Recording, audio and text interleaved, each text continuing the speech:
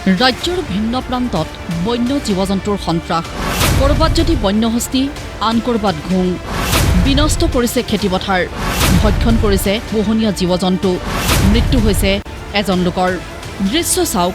প্ৰায় 40 জনীয়া বন্যহস্তীৰ এই বৃহৎ জাকটোৱে নগৰবেৰাৰ মাটিয়াত চলাইছে উপদ্ৰৱ নন্দেশ্বৰ পাহাৰৰ দক্ষিণ পশ্চিম দিশৰ শালিধানৰ পথাৰত তহিলং কৰিছে ধান খেতি নিৰুপায় হৈছে কৃষক আতংকিত হৈছে জনতা ঠিকনি আহে চৌদিশে মানে বাইক চাইক লৰা বিভিন্ন গাঁৱৰ পৰা ইয়াতে যেনিবা এটা বহাগী উৎসৱেই হৈছে তেনেকুৱা বাইক চাইকৰ উপদ্ৰৱ গতিকে হাতীখিনি যেতিয়া দিগবিদিশ হেৰাই ইফালে যায় আৰু তেতিয়া আগত পৰিলে আৰু যাৰে যাৰে ক্ষতি হয় আমাৰ দোকানখন ক্ষতি হ'ল বা আৰু সেইফালে ধানবিলাকো অতি দুখীয়া মানুহ খেতি আজিকালি জানে খেতি কৰিলে কিমান খৰচ 1 বিঘা মাটিত কমে 5-6 হাজাৰ টকা খৰচ যায় একেই পৰিৱেশ কামপুৰতো নিশা হলে কামপুৰৰ বিভিন্ন অঞ্চলত বন্যহস্তীয়ে চলাই উপদ্ৰৱ বিনষ্ট কৰিছে কৃষকৰ কষ্টোপাৰ্জিত খেতি পকা ধানেৰে ভৰপূৰ পথাৰত অৱস্থান কৰি থকা হাতীৰ জাকটোক লৈ চিন্তিত হৈ পৰিছে কৃষকসকল জুই জ্বলাই আতচবাজি ফুটাই উৰে নিশা হাতী খেদাৰ চেষ্টা গাঁওবাসীৰ লগতে বন বিভাগৰ হাতী মানুহৰ সংঘাত অব্যাহত আছে বাক্সাৰ ভাৰত ভূটান সীমান্ততো বন্যহস্তীৰ আক্ৰমণত পুনৰ প্ৰাণ হেৰুৱালে এজন কৃষকে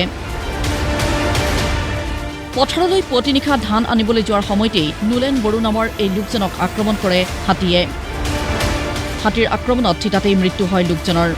ইফালে গোলাঘাটৰ থোৰামুখ বগৰীতলত জাকৰ পৰা বিচ্ছিন্ন হৈ পৰিল এই হাতী পোৱালিটো খবৰ লাভ কৰাৰ পিছতেই বগৰীতলত উপস্থিত হৈ বন বিভাগৰ লোক এবছৰীয়া হাতী পোৱালিটোক বনাঞ্চললৈ পঠিওৱাৰ বাবে ব্যৱস্থা গ্ৰহণ কৰিছে গোলাঘাট বন বিভাগে কোনো অসুস্থ যেন লগা নাই হয়তো এনে জাকৰ পৰা এৰা খাইছে জাষ্ট ৰাতিপুৱাৰ পৰাই খবৰটো পাইছোঁ আমি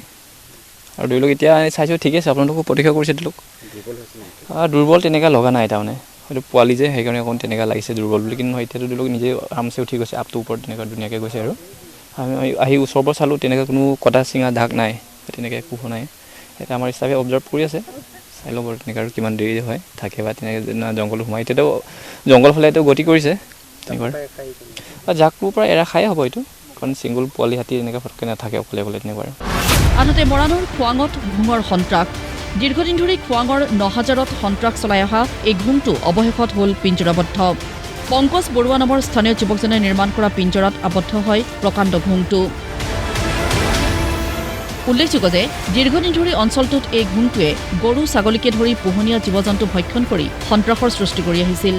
পিঞ্জৰবদ্ধ হোৱাৰ পিছত ঘোংটোক ট্ৰেংকুলাইজ কৰি লৈ যায় বন বিভাগে একচুৱেলি পিঞ্জৰাটো ইয়াৰ লোকেল মানুহে মানে বনাই পাতিছিলে আৰু ৰাতিপুৱা আজি আপোনালোকৰ আমাৰ সাংবাদিক বন্ধু কোনোবা এজনে আমাৰ অফিচত জনালে যে এনেকৈ নাহৰণিৰ এটা বাঘ পিঞ্জৰা হৈছে তো আমি আহিলোঁ আহি পেলাই দেখোঁ যে হয় এটা ব্লেক পেন্থাৰ বাঘ পিঞ্জৰাবদ্ধ হৈ আছে এতিয়া আমি এই ডিব্ৰুচৈখোৱাৰ পৰা এজন ডাক্তৰ আনি পেলাই ইয়াত ট্ৰেংকুলাইজাৰ কৰি আমি আকৌ পিঞ্জৰাত আবদ্ধ কৰি আকৌ ইয়াৰ পৰা লৈ যাম ব্যুৰো ৰিপৰ্ট প্ৰতিদিন টাইম